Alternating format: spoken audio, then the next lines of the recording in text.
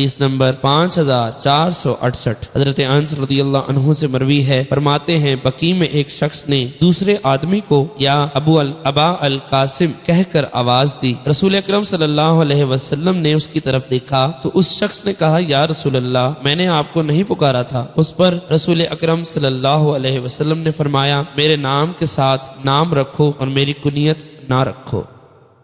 حدیث نمبر 5469۔ حضرت ابن عمر رضی اللہ عنہ سے مروی ہے، فرماتے ہیں رسول اکرم صلی اللہ علیہ وسلم نے فرمایا تمہارے ناموں میں سے اللہ کے ہاں سب سے زیادہ پسندیدہ نام عبداللہ اور عبد الرحمن ہے۔